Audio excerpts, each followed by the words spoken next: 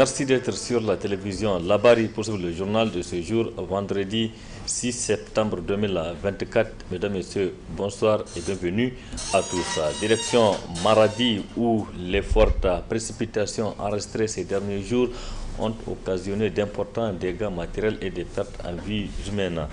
Maradi, la capitale économique, où une mission de l'autorité de régulation de communication électronique et de la poste ARCEP séjourne depuis quelques jours.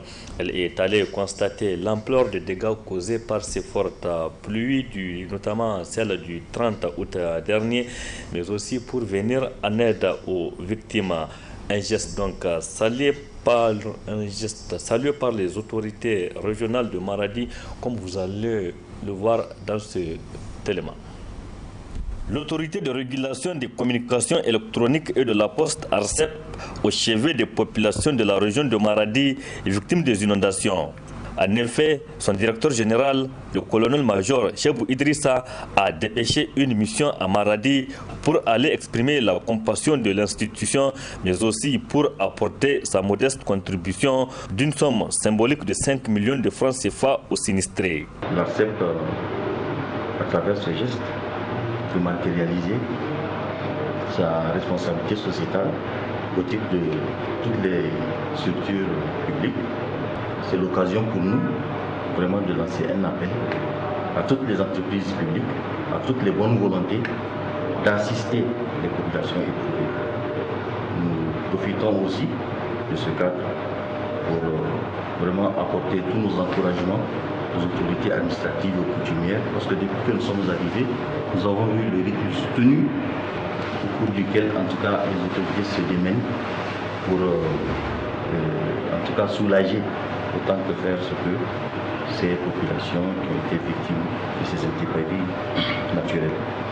Donc c'est à ce titre que l'ARCEP a décidé d'apporter une modeste contribution à travers un chèque de 5 millions de francs CFA pour en tout cas contribuer aux efforts que vous êtes en train de déployer pour porter assistance à toutes ces personnes victimes des inondations précédentes. Donc au nom du directeur général de l'ARCEP, au nom du personnel, nous avons donc l'honneur de vous mettre notre modeste contribution. En recevant le chèque des mains du représentant du directeur général de l'ARCEP, le gouverneur de la région de Maradi a salué ce geste plein d'humanisme qui vient s'ajouter aux efforts consentis par les autorités dans la gestion de ces sinistrés. Votre geste fort de 5 millions au profit des sinistrés de la région de Maradi nous rappelle que les structures étatiques des entreprises nationales, comme il s'agit aujourd'hui des Antiankassa, la Boussamounou, doivent s'impliquer pour accompagner l'État dans la gestion de cette situation. C'est vrai, le 30 août a été effectivement le point culminant de la catastrophe que nous sommes en train d'enregistrer au niveau de la région de Maradi. Ça fait 3 mois que ça dure, mais le pic a été atteint le 30 août. Merci à l'ARCEP, à son directeur général, le colonel-major Chebou Idrissa, qui a bien voulu accompagner l'État dans cette mission de solidarité nationale. Il faut rappeler que les fortes pluies enregistrées cette saison à Maradi particulièrement ont fait plus de 206 000 personnes sinistrées et au moins 86 morts à la date du 4 septembre 2024. Paix donc aux âmes des disparus des inondations de cette année donc sur l'ensemble du territoire national. Parlons toujours de cette saison de pluie 2024 qui est exceptionnelle au Niger. Il a abondamment plu et il continue à pleuvoir sur l'ensemble du territoire national. Une situation qui tente donc d'expliquer une situation particulière selon le directeur général de la météorologie, Kachalou Lawan Gaptia. Pour ce qui est de zones qui ont enregistré les pluies les plus importantes, c'est pratiquement l'ensemble du pays. cette année. Pour une fois, en tout cas, comme on peut le voir sur cette carte-là, vous voyez toute la bande sud du pays, dans la zone agricole, même agro-pastorale, nous avons le bleu. Et nous avons le vert un peu plus au nord, mais aussi un peu ici au centre. Donc ça veut dire que ça c'est le sud Tawa. Mais nous avons aussi un peu le nord de Tawa et le sud de Agadez. Un peu le nord-est les Zender aussi, qui a un excédent léger.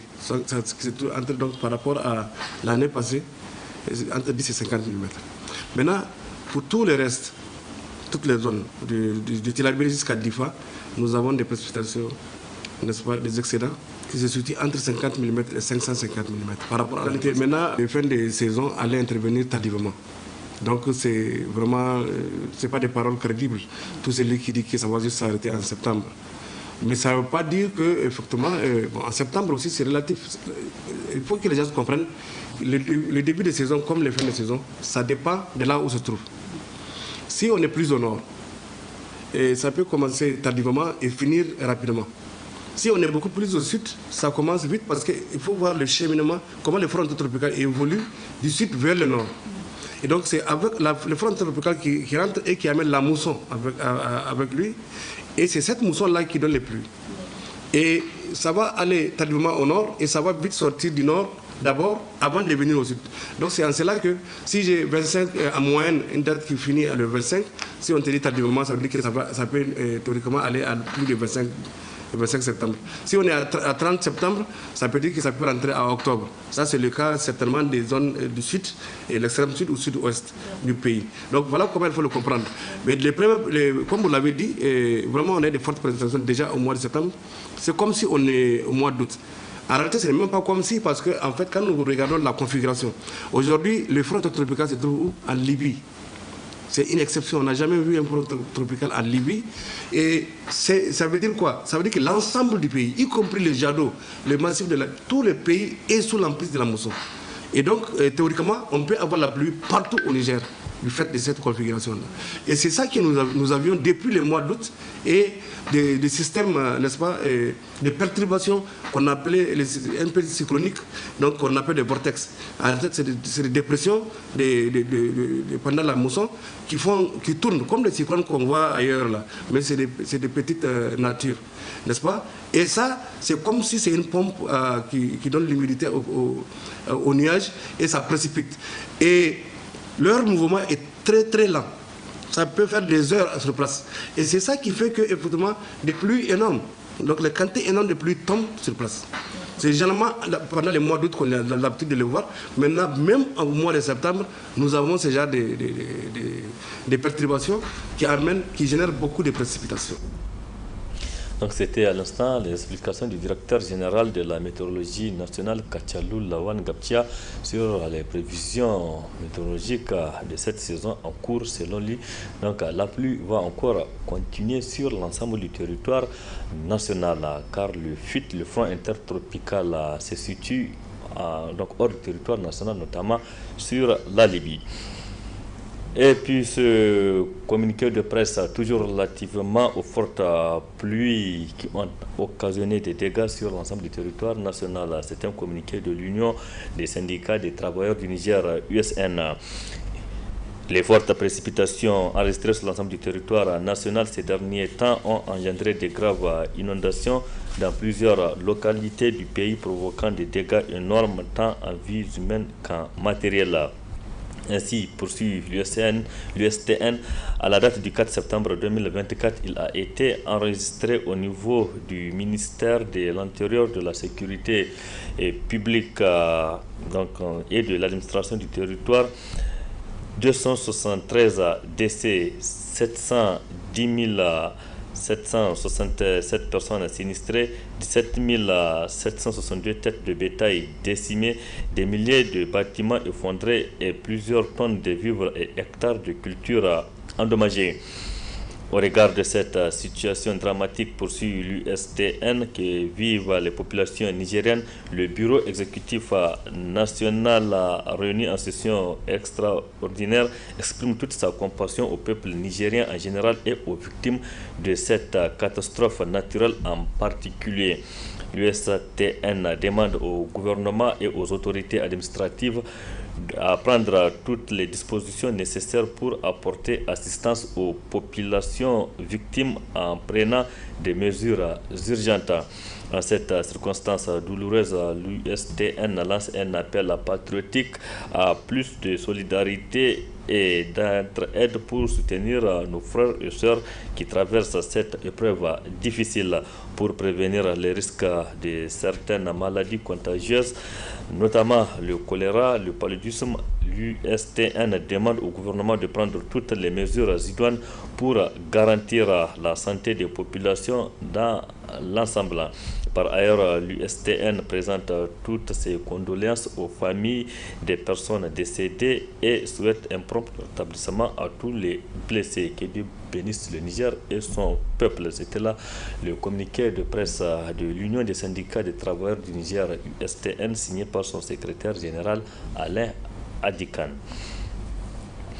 Environ 100 millions de francs CFA, c'est le coût des produits pharmaceutiques gracieusement offerts à l'État du Niger par une société dénommée groupe SOS. C'est le ministre de la Santé publique qui a officiellement réceptionné ce don ce vendredi matin dans l'enceinte de l'Office national des produits chimiques du Niger, ONPPC. C'était en présence de nos reporters Ismaël Moumouni et Sadoumi. Renforcer le système de santé au Niger en appuyant les autorités dans l'amélioration de la santé des populations, et cela dans un contexte marqué par des obstacles dans l'acquisition des produits pharmaceutiques que le groupe SOS, une entreprise avec une qualité de prestation exceptionnelle, a offert cette importante cargaison de produits pharmaceutiques à l'État du Niger. Après avoir rendu un hommage au peuple nigérien pour sa résilience et salué l'engagement patriotique du CNSP, dont à sa tête le général de brigade Abdraman Chani, le représentant du groupe SOS s'est penché sur les actions de leur entreprise au profit de la population. Ces médicaments, d'une valeur de 99 862 600 francs CFA, sont composés pour l'essentiel d'antibiotiques, d'analgésiques, d'anti-inflammatoires, des médicaments gastro-intestinaux, des vitamines, des solutions intraveineuses et de plusieurs autres dispositifs médicaux. Ils ont été acquis auprès de l'Office national des produits pharmaceutiques et chimiques du Niger. Ces dons, Monsieur le ministre, vient compléter les initiatives philanthropiques du groupe SOS qui ont permis déjà en 2023 et 2024 de réaliser plusieurs projets majeurs dans le domaine de l'hydraulique, de la santé et de l'éducation au profit des populations de nos zones d'intervention. Il constitue également une réponse du groupe SOS à la détresse des vaillantes populations de notre pays en cette période pluvieuse, marquée par son lot de maladies, mais également d'inondations. Nous prévoyons, Monsieur le ministre, dans les jours à venir, la remise d'une ambulance entièrement équipée au CSI de la commune rurale de Timia, dans la région d'Agadez.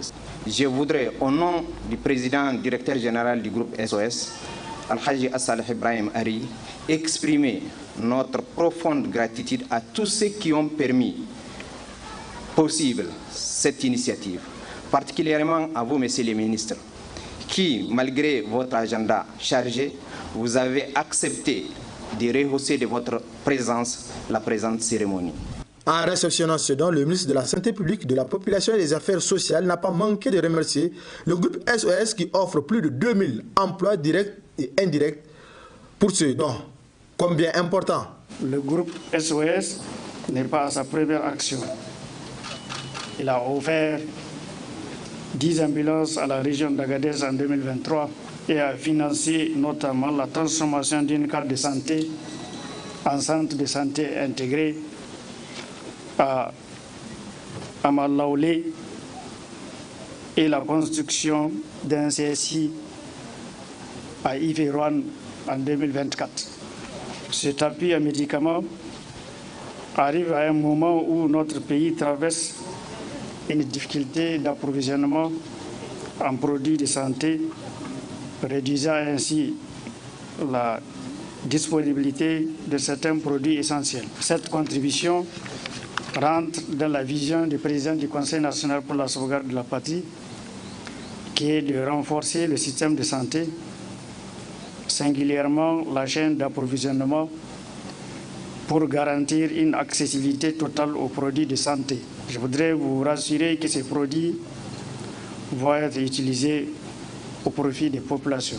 Le groupe SOS intervient dans plusieurs secteurs clés de l'économie nigérienne, tels que la commercialisation des hydrocarbures et gaz, la logistique, le transport, la réalisation des forages et d'autres infrastructures hydrauliques, ainsi que l'agroalimentaire. La fin de cette cérémonie a été sanctionnée par une visite guidée. Parlons santé encore, Ismaël Moumouni, et c'est pour parler des risques de contamination des maladies cardiovasculaires.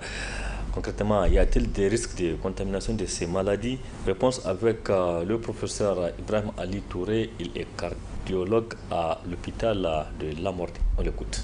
Généralement, ces maladies cardiovasculaires ne sont pas contagieuses. L'hypertension n'est pas contagieuse, le diabète n'est pas contagieux, la goutte n'est pas contagieuse. Mais il y a des formes qui sont des formes héréditaires. Par exemple, ici au Niger, on a fait des études, on a vu, particulièrement dans des familles où beaucoup de gens sont hypertendus, où beaucoup de gens sont obèses, où beaucoup de gens ont l'hypertension et le diabète. Si c'est la mère qui est hypertendue diabétique, il y a beaucoup je ne dirais pas de chance, mais de malchance que parmi les enfants, il y ait aussi des diabétiques et des hypertendus. Si c'est le père seulement aussi, ça peut arriver, mais beaucoup plus la mère. Et si c'est les deux parents, le risque est plus élevé. Donc, si c'est la mère seule, on a à peu près un enfant sur 4.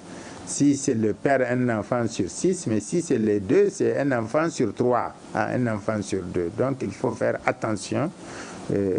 Dans les familles où il y a des diabétiques et des hypertendus, il faut que les enfants soient contrôlés tôt et qu'ils prennent des précautions à temps pour pouvoir le prélever. Donc ce n'est pas des formes contagieuses, parce que le problème c'est que les gens ont tendance à manger ce que les parents mangent. Or c'est ça qui les a rendus hypertendus et ou diabétiques. Et si une jeune fille voit comment la maman prépare à la maison, la maman étant hypertendue et diabétique, quand elle va se marier, elle va aller chez elle et elle va continuer les mêmes habitudes qu'elle a apprises avec la maman. Donc si elle aussi ne prend pas de précautions, elle va transmettre à ses enfants, à sa famille, etc. Et c'est comme ça que c'est transmis. Donc en fait, c'est des mauvaises habitudes qui sont prises et qui sont répétées pour parler, surtout les mamans. Vous voyez, quand la femme est en grossesse, elle prend des mauvaises habitudes. Et des mauvaises habitudes, quelquefois elle change de goût, elle aime manger le banco, quelquefois elle aime des goûts salés, des goûts sucrés. Tout ça, elle mange, mais elle ne sait pas qu'elle le transmet à son bébé, à son enfant. L'enfant aussi va naître en disant « Ah, quand j'étais dans le ventre de maman, là, elle mangeait des choses qui goûtaient bien, c'est sucré. Ou qui c'était très salé.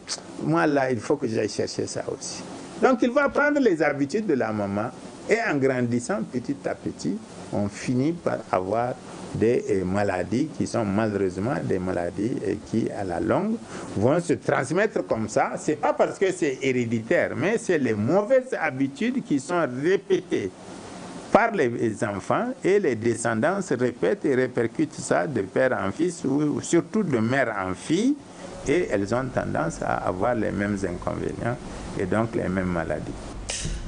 Les étudiants nigériens de la diaspora célèbrent depuis ce vendredi matin la première édition de la semaine dédiée à l'étudiant de la diaspora. Cette semaine est placée sous le signe la contribution de la diaspora estudiantine dans l'amélioration du système éducatif nigérien. Et c'est le siège du syndicat national des agents de douane SNAD qui a servi de cadre pour cette cérémonie que nous résument Nafissa Yahya et Aboubakar Soleil.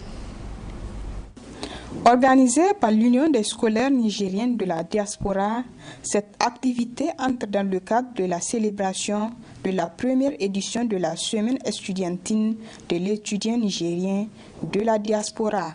Nous avons décidé d'organiser cette semaine afin de regrouper les différents étudiants, surtout ceux de la diaspora et les différentes autorités, afin de voir qu'à l'extérieur, nous avons une importance particulière à accorder aux étudiants, ainsi de leur présenter un peu la solidarité qui existe entre nous, de partager les expériences qu'il y a entre nous et également les défis que nous rencontrons. Donc cette semaine a comme objectif également de faire un peu participer nos militants dans les différentes activités, tant au niveau de l'ISN, mais également des activités tant au niveau on va dire un peu public. Plusieurs activités sont inscrites à l'agenda de cette semaine. Les activités prévues, c'est surtout des conférences et débats sur des thématiques d'actualité et aussi une excursion.